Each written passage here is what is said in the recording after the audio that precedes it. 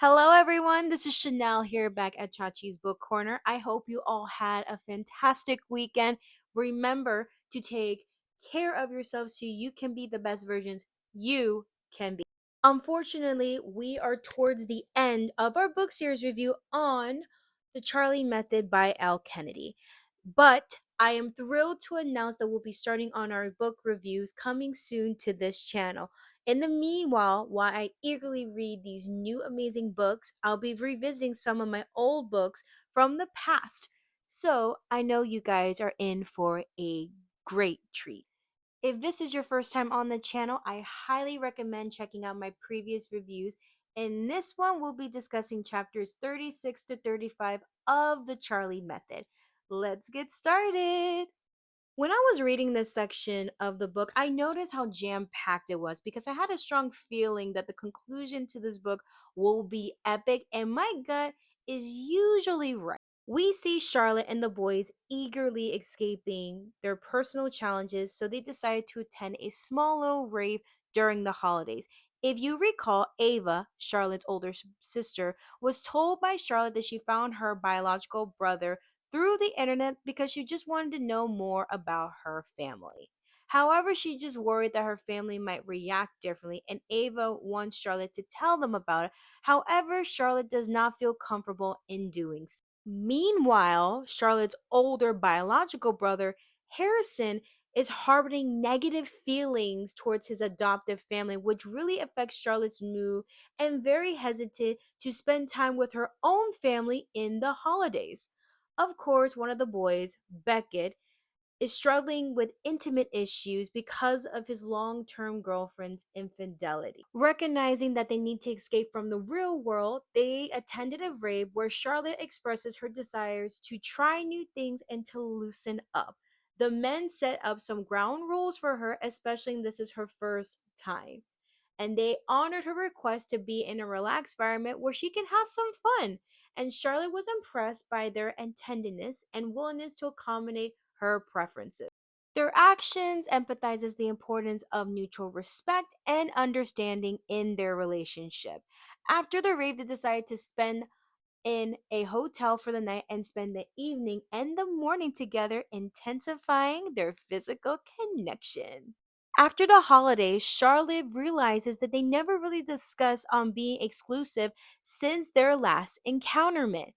As she was preparing to initiate the conversation, she overhears Will talking to his father about going into another interview. Will expresses his frustrations, and Charlotte provides emotional support, reminding them of their shared kiss. However, Charlotte's ex boyfriend reappears and Will acts as her protector. Charlotte heads to the sorority house, but then she noticed that her sorority sisters are whispering about. This behavior was caused by their president, Agatha, who learned about Charlotte's kiss with Will on campus. We already know that Midge told Agatha all about it.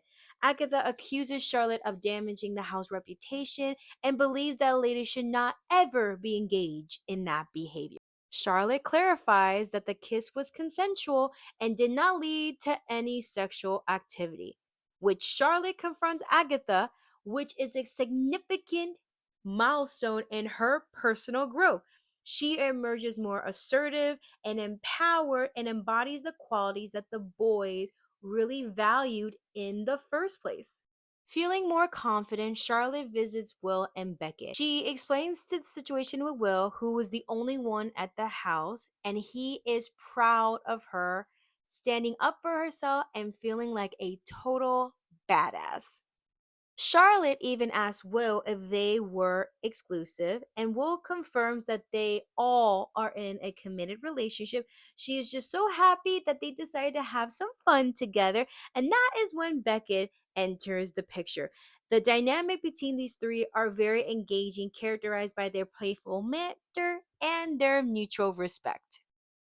However, Charlotte's joy was short lived when she received a message from Blake informing her that she was kicked out of the sorority house.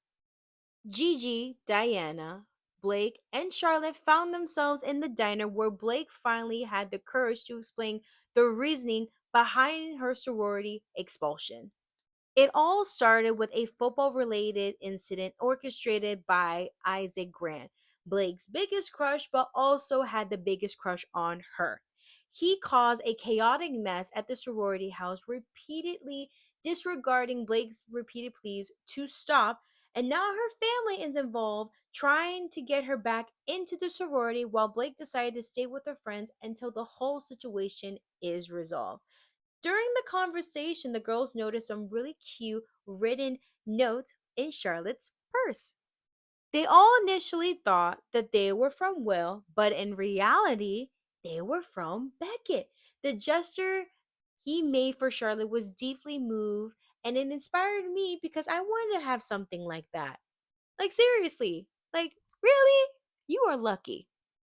After meeting up with the girls, Charlotte decided to spend some quality time with her boyfriends at their place. They engaged in some meaningful conversation and spent some time together while Charlotte was working on her blood pressure project. As she was observing Beckett, she realizes that he was not the person she had initially thought of. He had a keen eye for her true nature and asserted his beliefs in her.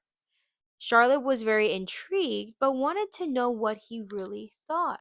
Beckett pointed out that Charlotte was a perfectionist who is terrified of not being enough for her family.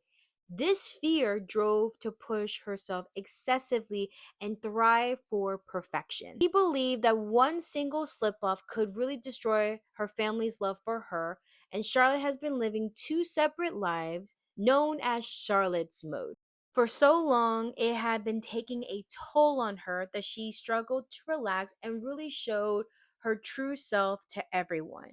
While Beckett acknowledges her true self, Charlotte couldn't help but cry. It was a moment of clarity and self acceptance for her that she was finally living her best life. Charlotte was finally acknowledged by the truth of Beckett's words that she was surrounded by people who truly accept her flaws and loves her unconditionally. And this holds tremendous significance, empowering Charlotte to be her authentic self without the fear of society's judgment. She is surrounded by those who love her conditionally, providing her unwavering support regardless of what she faces. And this aspect of the book is particularly important because Charlotte needed this support at this moment. And of course, we have to have our comedic relief. Our leading men, along with Shane and Luke, had an invitation extended by the original characters of the off campus series, which included John Logan, Garrett Graham, Colin Fitzgerald, Jake Connolly, John Tucker, and Dean Dorlaris, to join the father chat about Blake, who is the daughter of John Logan.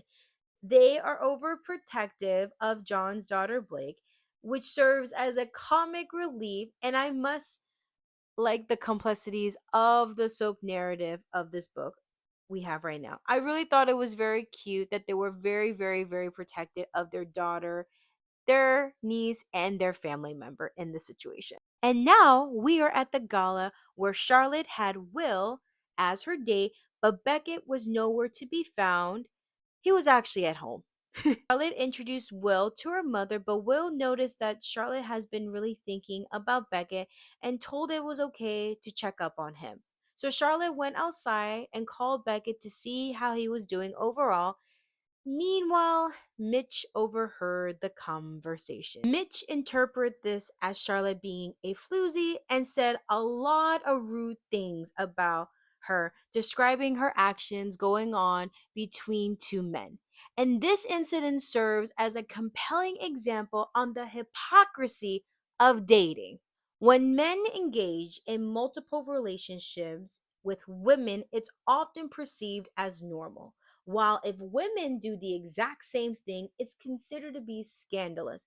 And this double standard is especially evented in sorority expectations. Women are often too expected to prioritize their emotional well-being and to let go, while men tend to focus on their physical desires. And I cannot stand this at all whatsoever. So annoying.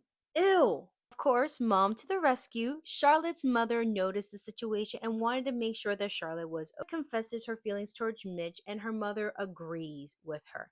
Then she overhears Mitch talking to his sorority brothers about Charlotte being with two men, to the point where Will intervened and told Mitch to back up, and Mitch did not want to do it, so Will decided to punch him in the jaw. In this self defense, empathy is the most importance of taking initiative for one's partner and embodies the qualities of a knight in shining armor. On the other hand, Mitch's petty behavior, which is sad, resorting to spread rumors about Charlotte because in reality he just wants to be with Charlotte. In my opinion, Mitch's actions were deeply regrettable because he was trying to manipulate the situation because Charlotte ended things due to their lack of intimacy physically.